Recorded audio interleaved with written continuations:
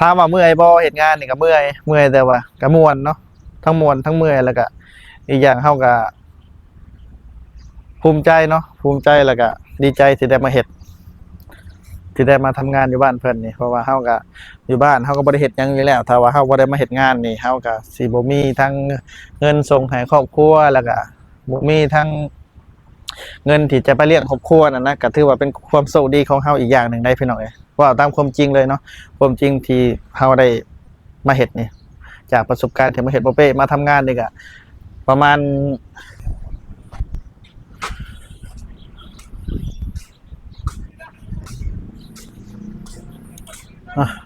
กราบทักทายสวัสดีและสวัสดีพ่อแม่พี่น้องปองปายเนาะหมู่เพื่อนวัดสุขูสุคนพี่น้องเอ้ยสบายดีและสวัสดีพ่อแม่พี่น้องทางฝั่งไทยฝั่งลาวเนาะพ่อแม่พี่น้องที่อยู่ทั้งต่างประเทศก็ทักทายสวัสดีวัดสุขูสุคนได้พี่น้องเด้อมาพอๆกับพ่อเป้คือเก่าพี่น้องคือเก่าคือเดิมนี่แหละพามาเบิ่งบรรยากาศตอนเช้าพี่น้องเอ้ยบรรยากาศที่อันบอนที่พ่อเป้อยู่เนาะบอนที่พ่อเป้อันมาทำงานอยู่ในเมืองไทยนี่แหละบรรยากาศตอนเช้าอยู่เทิงดาดฟ้าพี่น้องตอนนี้โบเป้ก็ขึ้นมาย่างเล่นอยู่เทิงดาดฟ้าเนาะเพราะว่าเมื่อนี้ก็ว่างนะว่างเนาะเพราะว่าโบเป้เลิกงานไวนะเดี๋ยวโบเป้ให้เบิ่งกันภาพบรรยากาศรอบๆเบิ่งเนาะนี่บรรยากาศรอบๆบ่อนที่โบเป้อยู่จะไม่ติดตึกสูงแล้วก็แต่ฝั่งพุ่นจะเป็นตลาดเนาะนี่แหละพี่น้อยชีวิตอันแรงงานอยู่บ้านเพิ่นหรือว่าพ่อเป้เนาะมาทำงานอยู่เพิ่นนี่ก็มาอยู่แบบนี้แหละพี่น้อยจะมีแต่ตึกสูงหลายแล้วก็บ่ค่อยมีเวลาอีกอย่างก็มีแต่เฮ็ดเวียกเนาะบ่ค่อยมีเวลามาถ่ายบ่ค่อยมีเวลาไปถ่ายคลิปคือเพิ่นเนาะเพราะว่าเฮาเฮ็ดแต่เวียกเฮ็ดแต่งานมื้อนี้ก็ว่างแน่ก็เลยถือโอกาสขึ้นมาถ่ายคลิปอัปเดตให้เบิ่งเนาะตามนี้เลยพี่น้องง่ายๆเนาะการใช้ชีวิตอยู่ทางบ้านเพิ่นนี่ก็บ่ต้องอีหยังมากมายดอกบ่ต้องหรูหราเนาะเฮาอยู่ง่ายๆเพราะว่าเฮามาทำงานอยู่บ้านเพิ่นนี่เฮาก็ต้องยังก็เคิดว่าบ่ต้องยุ่งยากเฮามีหยังเฮาก็กินไปมีหยังที่สะดวกสบายเนาะเฮาก็เฮ็ดไปพี่น้องมื้อนี้ก็บ่เป้เลิกงานไว้ได้จังได้ขึ้นมาถ่ายคลิปบรรยากาศให้เบิ่งพี่น้องเอ้ยเพราะว่าเป็นวันอาทิตย์เนาะมื้อนี้เนาะช่วงนี้ก็ช่วงอากาศเย็นเนี่ยนะพี่น้องอากาศหนาวเนาะอากาศหนาวอากาศเปลี่ยนแปลงหลายก็เลยมาถ่ายตอนนี้ก็เป็นเวลาประมาณ7:30 7:30เนาะ7:30หรือว่าใกล้สิฮอด8:00แล้วล่ะตอนนี้ก็อากาศดีได้พี่น้องตอนนี้ตอนเพราะว่าอยู่ในกล้องมันจะเป็นสีแบบหนึ่งเนาะแต่เห็นตัวจริงนี่อากาศดีมื้อนี้ลมแบบว่ากับโบเย็นแล้วกับโบหนาวแบบว่าพอดีเนี่ยนะสำหรับโบเป้อากาศดีหลายพี่น้องเอ้ยวันนี้ก็เลยได้ถือโอกาสมาถ่ายภาพบรรยากาศให้เบิ่งเนาะบรรยากาศรอบๆอันดูได้บอลที่โบเป้อยู่บอลที่โบเป้อันนี่แหละพี่น้องเอ้ยบอลที่โบเป้ขึ้นมาถ่ายอยู่นี่จะเป็นดาดฟ้าเนาะอยู่ทางฝุ่นจะมีแต่ตึกโอ้เห็นบ่โอ้มีแต่ตึกหลายโอ้บ้านเพิ่นนี่แหละเขาเอิ้นว่าบ้านที่เจริญแล้วเมืองที่เจริญแล้วเนาะแตกต่างกันเลยได้กับบ้านบ่เปอยู่แตกต่างกันในลีพี่น้อยแทบสิบ่ได้เหยียบดินเหยียบยังเลยเนาะแต่ก่อนก็ยังคิดว่าว่ะเฮามาทำงานเนี่ยสิได้เหยียบดินเหยียบยังอยู่บ่แต่ก่อนเนี่ยคิดเนาะมาพ่อตัวจริงกับอาลีได้พี่น้อยเนาะพอมีแต่ตึกพี่น้องตึกสูงตึกยังนะอีกอย่างก็เพิ่นถนนหนทางเป็นแบบว่ามีแต่หนทางปูนนะเขาเองครับแล้วก่อนเลยคิดว่ามาเห็นเวียกอยู่บ้านเพิ่นนี่คิดว่าสิได้เหยียบดินเหยียบดอนอยู่บ่ว่าแม่นอลีเนาะมาก็บ่ได้เหยียบอลีพี่น้องมีแต่ปูนเนาะ คักพี่น้องเอ้ยบ้านเมืองเพิ่นนี่คักอะลีคักหลาย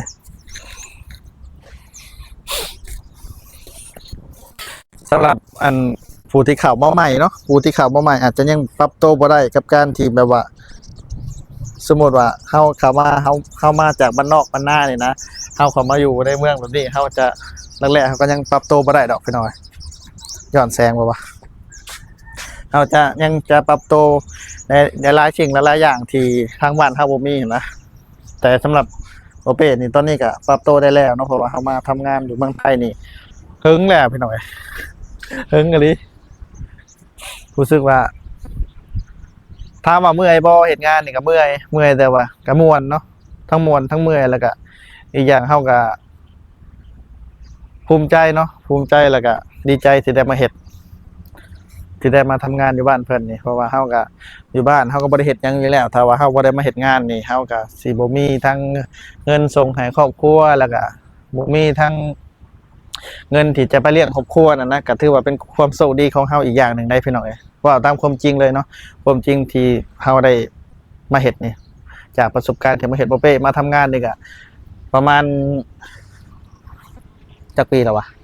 มาตั้งแต่2018พี่น้องบ่เป้มาตั้งแต่2018เนาะเริ่มหลังจากมีครอบครัวมาแล้วบ่เป้ก็มาทำงานเลยนะมื้อนี้ก็เลยอยากมาถ่ายบรรยากาศให้เบิ่งข้างบนที่บ่เป้อยู่นี่ตึกที่บ่เป้อยู่นี่ก็เป็นตึก2ชั้นพี่น้องเป็นตึก2ชั้นก็ถือว่าบ่แพงเด้พี่น้องบ่แพงเนาะบ่แพงเดือนนึงก็ประมาณ1,000 กว่าบาทแต่ที่อื่นนี่บ่ฮู้คือกันเนาะแต่สำหรับบ่อนที่บ่เป้อยู่นี่ก็บ่แพงเนาะเพราะว่าเป็นตึก2ชั้นเนาะก็บ่ห้องก็บ่หรูหราบ่ได้ดอกก็แบบว่าเอาอยู่ง่ายอยู่ง่ายๆนะก็น่าอยู่เนาะก็ถือว่าบ่แพงปานใดสำหรับ1,000 กว่าบาทประมาณบ่ฮอด 2,000 ครับพี่น้องโอ้ทางด้านหน้าอันน่ะทางตึกใหญ่ๆนี่จะเป็นตลาดเนาะตลาดที่บ่เป้ทำงานอยู่บ่อนที่บ่เป้เฮ็ดงานเนาะแต่มื้อนี้เลิกงานไวก็เลยได้ถือโอกาสมาถ่ายภาพบรรยากาศให้เบิ่งโอ้ย้อนแสงมืดมานั่งเบิ่งเขามืดเห็นชัดอยู่บ่ภาพเสียงชัดอยู่บ่พี่น้องเนี่ยบ่เป้จะพายางเบิ่งข้างหลังข้างนั่นอีกข้างๆเบิ่งข้างหลังเนาะเด้ตลาดเห็นบ่บ่อนที่มีป้ายเรืองๆก็จะเป็นตลาดบ่อนที่บ่เป้เฮ็ดงานเนาะโอ้มีแต่ตึกพี่น้องเอ้ยทางพุ่นกับทางต้นใหญ่ต้นไม้ใหญ่ก็จะเป็นทางบ่เป้เดินทางไปเฮ็ดงานแล้วก็ย่างโค้งไปพุ่นทางเพิ่งโหทางพุ่นจะเป็นตลาดพุ่น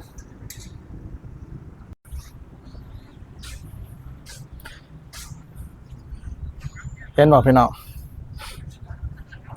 มื้อนี้ก็อากาศเย็นเนาะเย็นดีสบายเลยเวลาที่เฮ็ดงานมาเมื่อยๆก็ต้องหาบ่อนสถานที่อันที่มันนั่น พักผ่อนนะแบบว่าเฮาเฮ็ดงานเมื่อยก็ต้องพักผ่อนให้ร่างกายเฮาอันนั้นก็ปรับตัวฟื้นฟูหั่นนะโอ้คนหลายมื้อนี้ในตลาดมื้อนี้เป็นวันอาทิตย์พี่น้องเป็นวันอาทิตย์เนาะเป็นวันหยุดของใครหลายๆคนแต่เฮาก็เลิกงานไวเฮาก็เลยได้มาถือโอกาสถ่ายภาพบรรยากาศงามๆให้เบิ่งตอนเช้าโอ้ยลมเย็นบ่อยๆช่วงนี้เป็นช่วงอากาศหนาวนะแดดออกตอนนี้ก็สิฮอด 8 โมงเช้าแล้วหรือว่า 2 โมงเช้าทางบ้านเพิ่นเนาะแต่เฮาก็ตามนี้แหละพี่น้องเอ้ยค่ะได้มาเฮ็ดงานอยู่บ้านเพิ่นนี่สำหรับหมู่เพื่อนคนใดที่อยากเข้ามาเฮ็ดก็แรกๆอาจจะยังบ่คุ้นเคยกับสถานที่หรือว่าอาจจะยังปรับตัวบ่ได้เนาะสำหรับคนใหม่นะคนใหม่ที่เข้ามาเฮ็ดอาจจะยังปรับตัวบ่ได้แต่เฮานี่ค่ะแต่สำหรับบ่เป้นี่ก็ถือว่าปรับตัวได้แล้วเนาะเพราะว่าเฮามาเฮ็ดงานก็ค่อนข้างจะหึงแหละพี่น้องเป็นครั้งแรกเลยที่บ่เป้มาถ่ายแบบนี้เนาะเพราะว่าส่วนหลายเนี่ยบ่เป้บ่เคยถ่ายแบบนี้เลยอาลีได้พี่หน่อยบ่เป้ก็บ่ได้ถ่ายภาพบรรยากาศแบบนี้ก็เป็นครั้งแรกเลยก็ว่าได้ที่บ่เป้ครับบอกได้คำเดียวเลยว่าคักหลายเดี๋ยวบ่เป้ก็จะหาอันบรรยากาศถ่ายบรรยากาศมาสิให้เบิ่งเรื่อยๆนะพี่น้องเนาะ จะได้ก็ฝากติดตามให้กำลังใจบ่เป้ในได้พี่น้องเด้อไว้เจอกันใหม่เนาะสำหรับ EP นี้ก็เอาไว้สำนี้ก่อนเนาะพี่น้องบ่เป้ก็มาถ่ายภาพบรรยากาศเล็กๆน้อยๆให้เบิ่งแล้วก็มาถ่ายตอนเช้าบรรยากาศยามเช้าให้เบิ่งว่าบ้านเพิ่นเมืองเพิ่นเป็นจังได๋เลี้ยวไว้มีแต่ตึกปูมีแต่ตึกแตกต่างกันลีกับบ้านบ่เป้อยู่บ้านบ่เป้อยู่เนี่ยบ่ทันได้ก็มีแต่ทุ่งไร่ทุ่งนามีแต่ต้นไม้ บ่แม่นว่าเว้าอันนั้นอันนี้ได้เป็นหนังได้เว้าจากความจริงเลยเนาะเพราะว่าอีกอย่างเฮาก็อยู่บ้านนอกเนี่ยหั้นนะเพราะว่าเฮาก็มาทำงานเนาะมาหาเงินอยู่บ้านเพิ่นนี่แหละอันนั้นก็สู้ๆบอกใจตัวเองว่าจะสู้เนาะถึงเวลาอวยครับเฮาก็จังอวยครับแต่ตอนนี้เฮามีเวลาหรือว่าเฮามีโอกาสหาเงินเฮาก็หาเงินไปก่อนเนาะพี่น้องเนาะผู้ใดที่สำหรับบ่ได้ว่าแต่บ่เป้ดอกสำหรับคนอื่นๆเนาะที่เดินทางจากบ้านจากเมืองมานี่ก็มีความคิดฮอดบ้านอยู่แล้วเนาะแต่เฮาก็สู้ๆย้อนอันภาระหน้าที่แล้วก็มีครอบครัวที่ต้องดูแลแล้วก็มีความฝัน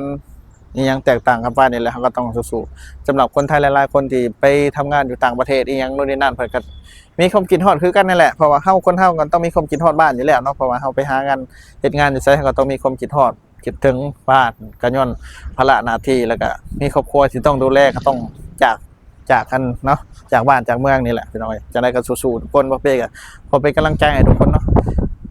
สำหรับคลิปนี้ก็เอาไว้ชั่นี้ก่อนเนาะไว้เจอกันใหม่ EP หน้าพี่น้องไปเลยได้พี่น้องได้จังได๋ก็ฝากพ่อแม่พี่น้องทางฝั่งไทยฝั่งลาวและพ่อแม่พี่น้องที่อยู่ทั้งต่างประเทศครับให้กำลังใจบ่เป้คือเก่าคือเดิมได้พี่น้องไว้เจอกันใหม่ EP หน้าสำหรับ EP นี้ขอกล่าวคำว่าสบายดีพี่น้อง